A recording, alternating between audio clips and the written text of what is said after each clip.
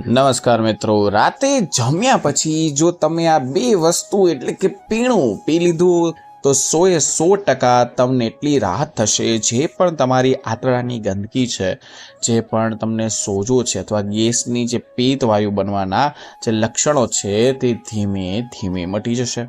મિત્રો, ખાસ કરીને હજી સુધી આપણો વિડીયો લાઈક ના કર્યો તો વિડીયો લાઈક કરી નાખજો, જેથી કરીને અમે આવા આયુર્વેદના વિડીયોઝ તમારી સમક્ષ વારંવાર લેતા આવીએ.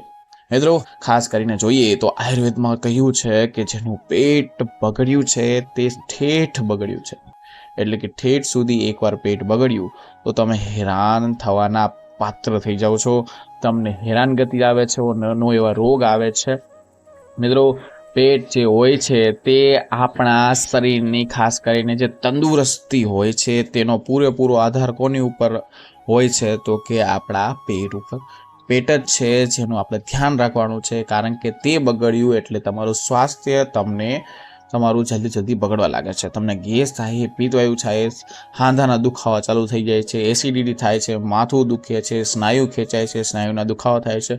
મિત્રો, હું તમને જે પાણી જે બનાવવાનું કહીશ, ખાસ કરીને જો તમે બનાવશો તો તમારો જે પેટનો ખોરાક છે ખાસ કરીને તે પૂરેપૂરો પચી જશે, મટી જશે. આપણે જે ખોરાક ખાઈએ છીએ તે આપણા પેટમાં જાય છે. એનાથી શું થાય છે હું તમને કહું, ધ્યાનથી સાંભળો. 5 કિલોનું શરીર એટલે કે 50 કિલોનું શરીર બને. એટલે કે 7 ધાતુ.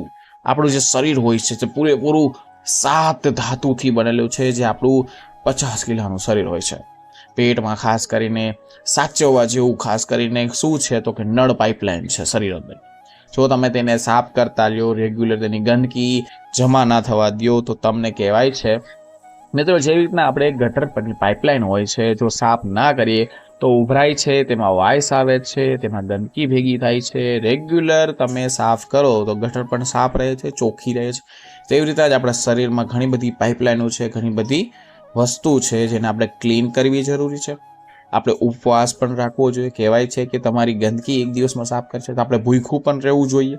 પણ આજે હું તમને જે પીણું બનાવવાનું કહું છું તો તમે રેગ્યુલર પીશો તો તમારી બધી પાઇપલાઇન માંડીને શરીરની એક પાઇપલાઇન સાજી થઈ જશે, સારું થઈ જશે અને એક નવું શરીર જેવું તમને અનુભવ થશે. પહેલાં તો હું તમને એક વસ્તુ જે પહેલી વસ્તુમાં ના જ પાડું તે તમારે પહેલાં કરવાની છે. તમારે ફાસ્ટ ફૂડ છે, જંક ફૂડ છે, મેંદો છે, આ મિત્રો આ વસ્તુ તમારે જેમ બને તેમ છોડવી જોશે.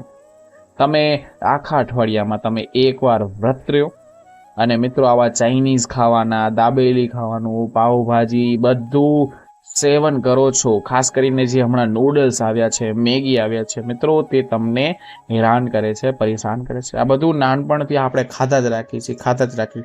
તેના કારણે આ દિશાએ તમે ધીમે ધીમે તમારું જે આંતરડું હોય છે સંકોચાઈ જાય છે. ધીમે ધીમે તમારું જે કામ છે તે કરતું નથી અને અંદર કચરો જમા થતો જાય. કચરો જમા થવાનો મેળ એક મૂળભૂત કહેવાય તો કે ફાસ્ટ ફૂડ, જંક ફૂડ, જે કેમિકલવાળી ચટણી આવે છે, ઓરિજિનલ ચટણી આવે છે. ક્યારેક તો આપણે ફાસ્ટ ફૂડ લેવા જાય અથવા તમે ચાઇનીઝ ખાવા જાઓ છો, ત્યાં ભડકા થતા હોય, તપેલીમાં ભડકા કરતા હોય તો મિત્રો તે ખાદ્ય પદાર્થ નથી રહેતું, કારણ કે એ કેમિકલ જ હોય છે. તે ગરમ થઈને એક ઝટકો મારે છે, તમને ભડકો દેખાડે છે.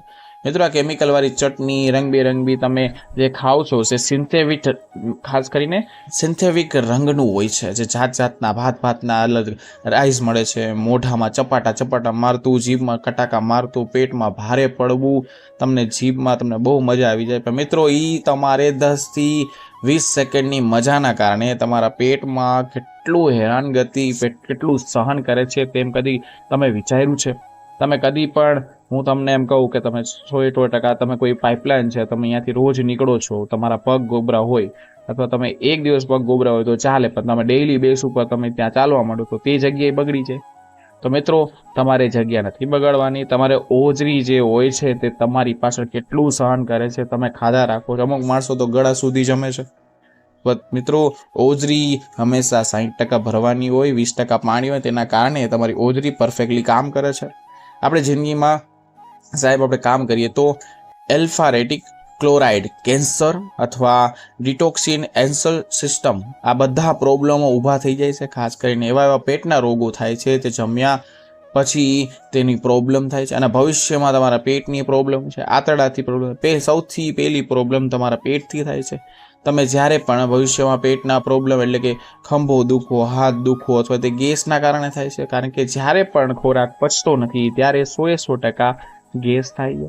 તો હું તમને જે કહું છું તે તમારે કરવાનું છે. જમ્યા પછી તમારે એક પાણી તૈયાર કરવાનું છે, એક પીણું તૈયાર કરવાનું. આ પીણું તમે કદાચ ખાસ કરીને જોઉં તો કદાચ ગોટલો પીધો ભોજન અંતે પીબમ ત્રક્યમ ભોજન એટલે કે ખાસ કરીને હું જેની વાત કરી રહ્યો છું તે ઠંડી શીતળ છાશનું કહું છું. છાશ તમારે 100% પીવી જોઈએ. 1 કલાક પછી જમ્યા પછી પાણી પીવો અને તમે પાણી પીવાનું રાખો તો પેટમાં કોઈ પણ પ્રોબ્લેમ નથી થતી. અમુક માણસો હોય છે ડાયરેક્ટલી જમ્યા પછી ડાયરેક્ટલી પાણી પીવે છે. મિત્રો 1 કલાક સુધી જમ્યા પછી પાણી ના પીવો તો મિત્રો કહેવાય છે કે આંતરડાની જેટલી પણ અંદરની સ્નાયુ છે તો આંતરડા છે તે પૂરેપૂરા ક્લીન થાય છે, ડિટોક્સ થાય છે. આપણે જે દિવાલો હોય છે સાફ થાય છે. ફાસ્ટ ફૂડ જંક હોય છે તે પૂરેપૂરું સાફ થાય છે, તમને વધારો થાય. પેટની ચરબી જે વધતી હોય છે તે આના કારણે વધતી હોય. જે લોકો પાણી પીવડાવવાનો ઘરના સભ્ય હોય છે તે 100 ગ્રામ 150 ગ્રામ પાણી પી જાય છે ડાયરેક્ટલી. તો મિત્રો તમારે શું કરવાનું છે ધ્યાનથી સાંભળો. તમારે જમ્યા પછી તો પેલો એક નિયમ બનાવવાનો છે કે 1 થી 1.5 કલાક તમારે પાણી નથી પીવાનું. અને ખાસ કરીને જોઈએ તો પાણી પીધા પછી આ સભ્યો જે છે એને 100-150 ગ્રામ થોડું પાણી તમારે લેવાનું છે. તેની અંદર શું નાખવાનું છે જે તમને પીણું કહેવા જઈ રહ્યું તો શાંતિથી સાંભળો. તમને આ વસ્તુ છે જે તમને હેરાન થતા બચાવશે. પેટની એક વસ્તુ તમારી ક્લીન કરશે, ડિટોક્સ કરશે, હેરાન નહીં થાવ, આંતરડા સાફ કરી નાખશે. મિત્રો તમારે શું કરવાનું છે, તમારે ખાસ કરીને જે પાણી જે કહું છું તે અજમો, પહેલા તો અજમો લેવાનો છે.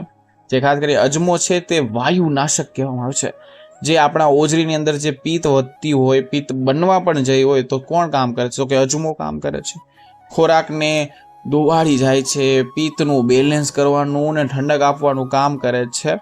મિત્રો પિત્તને ડાયજેસ્ટ કરવાને અને બેલિયારી કરે છે. અને અજમો જે હોય છે તે વાયુને સ્થાન આપણા આંતરડામાં જે છે, પિત્તનું સ્થાન ઓજરીમાં છે. આ બધાના અલગ અલગ સ્થાન છે. મિત્રો ધ્યાનથી સાંભળો. પિત્તનું સ્થાન ઓજરીમાં છે, આપણા આંતરડામાં ખાસ કરીને કફનું સ્થાન જે હોય છે તે ગળામાં હોય છે અને એ ફેફસામાં છે. અને આંતરડાને જે વાયુ હોય છે તે વ્યવવાયુ કહેવામાં આવે છે, અપાત વાયુ પણ કહેવામાં આવે છે. જુઓ ખોરાકની અંદર જોઈએ તો સળિયો હોય, ખાસ કરીને તમે મેંદાનો જે ખાધું હોય તો તમારે 60 કલાક સુધી અંદર તે આંતરડાની અંદર રહે છે, આંતરડામાં સળતા રાખે છે. તો અંદર ડાયજેસ્ટ ના થાય તો તમે જુઓ તો તે ચરબી રૂપે બહાર આવે છે. તો એ ગોળી બહાર કરેલ ને ઊભું ના રહેવાય. માનો કે દુર્ગંધ આવતી હોય, મોઢામાંથી વાસ આવતી હોય તોય પણ તમારું પેટ બગડ્યું તેનું સિમ્પટમ કહેવાય. પેટ બગડ્યું હોય, વાછૂટ થાય, વાછળ જેવા જણ આવે તો નાક દબાવો અને સમજો કે તમારું પેટ ખાસ કરીને બગડ્યું છે. એટલા માટે તમારે શું કરવાનું છે કે અજમો જે આવે છે તે વાયુનો સામક છે. મિત્રો આંતરડો જે હોય છે તે વાયુ છે. વાયુને બેલેન્સ કરવાનું કામ, આંતરડાને પેલેસ્ટરિક મૂવમેન્ટ રેગ્યુલર કરવાનું કામ કોણ કરે છે? તો કે અજમો. મિત્રો વાયુને બેલેન્સ કરવાનું કામ અજમો કરે છે. કારણ કે બેલેન્સ કરવાનું કામ ખાસ કરીને તે અજમો વાયુનાશક કહેવામાં આવે છે. આપણા જે દાદા પરદાદા હતા તે વૈદુમાં કહેતા હતા કે આપણે જે ગામડાના જે લોકો હતા જેને ગેસ થતો હતો તો ત્યારે શું કરતા હતા તો કે અજમાની મીઠી ફાકી બનાવી દેતા હતા, કલાકમાં તે પી લેતા હતા એટલે તમને ઘડીતમાં મળી જતું હતું. તો તમારે શું કરવાનું છે, 1 ગ્લાસ પાણી લેવાનું છે, 2 ચમચી વરિયાળી નાખવાનું છે, 2 ચમચી અજમો નાખવાનો છે અને તમે અડધું પાણી બળી જાય ત્યાં સુધી થોડું ગરમ કરવાનું છે. મિત્રો આ તમે 4 ચમચી વરિયાળી, 4 ચમચી અજમો લેવાનો છે, અડધું પાણી બળી જાય ત્યાં સુધી તમારે હતપ ગરમ કરવાનું છે. પછી તમારે ગાળી લેવાનું છે. ગાળીને રાત્રે તમે જમ્યા પછી 1 કલાક પછી તમારે કેટલું લેવાનું છે તો કે 120 મિલી જેટલું પાણી તમારે પી લેવાનું છે. બરાબર સમજો, તમારે 1 કલાક પછી જ આ પાણી પીવાનું છે. તમારે જે ખોરાક છે, જે ઓજરી છે તે 3 કલાક તમને ખાસ કરીને અંદર ડિટોક્સ કરે છે, જે સાફ કરે છે. જો તમે આ પાણી લ્યો છો, જે નાના આંતરડા હોય છે, જે મોટા આંતરડા હોય છે તે પ્રોસેસ કરતા આપણે જે જમીએ છીએ તો પ્રોસેસ થતા 4 થી 5 કલાક થાય. તો તમારા પાણી પીને તમે રાતે સૂઈ શકો છો. તમને 12 કલાકમાં તમારું જે ખોરાક છે, જે અજમો છે, જે વરિયાળીનું પાણી પીધું છે, જે ઓજરી છે, તે ખોરાકની અંદર વલોવટ થઈ જાય છે, અંદર આ બળી જશે અને સારું થઈ જશે. જે લોકોને ગેસની પ્રોબ્લેમ છે તેમાં પણ સમસ્યા વહી જશે. જે લોકોને પિત્તની છે તે પણ સમસ્યા વહી જશે. વાયુને બેલેન્સ થઈ જશે. આંતરડા જે છે તમારા કદી પણ ગેસ થવા નથી, સડવા નથી. કારણ કે અજમામાં એન્ઝાઇમિન હોય છે, પાચનનો રસ હોય છે અને આંતરડાને છેક સુધી નાના આંતરડા હોય છે તે સાફ કરી નાખે છે, મદદ કરે છે. અજમો અને વરિયાળીનું જે માઇક્રો એલિમેન્ટ, પાણીની અંદર જે સૂક્ષ્મ તત્વો જે હોય છે, પાણીમાં રહેલા હોય છે, જે નાના આંતરડા હોય છે તેને ડિટોક્સ કરીને પૂરેપૂરા સાફ કરે છે અને કચરો મળ દ્વારા તમારી બહાર કાઢે છે. મિત્રો, સવાર સુધીમાં આ પિત્ત જે વાયુ છે, ગેસ છે, તે કદી પણ નથી થતું. આ પીવાનું ચાલુ કરી દેશો તો તમને કદી પણ એસિડિટી, કબજિયાત કે કોઈ પણ જાતનો માથાનો દુખાવો અથવા હાડકાના દુખાવા નહીં થાય. 2-4 દાડા આરંભે તમે ચાલુ કરી દો, ખાસ કરીને આ પાણી પીવાનું ચાલુ કરી દો, તો તમારી આંતરડાની જે દિવાલો છે, જે બ્લોક થઈ ગઈ છે, જે છિદ્ર, તે પણ પૂરાઈ જશે અને તમને રિકવરી સારી મળશે. મિત્રો, તમને સારામાં સારું રિઝલ્ટ જો તમે રેગ્યુલર આ કરશો, તમને 20 થી 30 દિવસમાં તમને જોવા મળશે. જ્યાં તમને અલગ જ જાતનો ગજબનો તમને ફાયદો જોવા મળશે. તમારા શરીરમાં સ્ફૂર્તિ આવશે, તમારો ખોરાક પચવા લાગશે અને કોઈને પૂછ્યા વગર તમે જાણી લેશો કે તમારા જીવન કેવું સારું જશે. આ બધા સભ્યોને ચાલુ કરી દેવાનું છે. મિત્રો, તમે આ પાણી જો તમે સરખા લેવા મળ્યા તો તમારી અંદર જે પણ કંઈ પ્રોબ્લેમ છે તે મટી જશે, સારું થઈ જશે. તમે દવા મેડિકલની લેતા હશો, જે ચાલુ હશે, તો પણ તમારે બંધ થઈ જશે.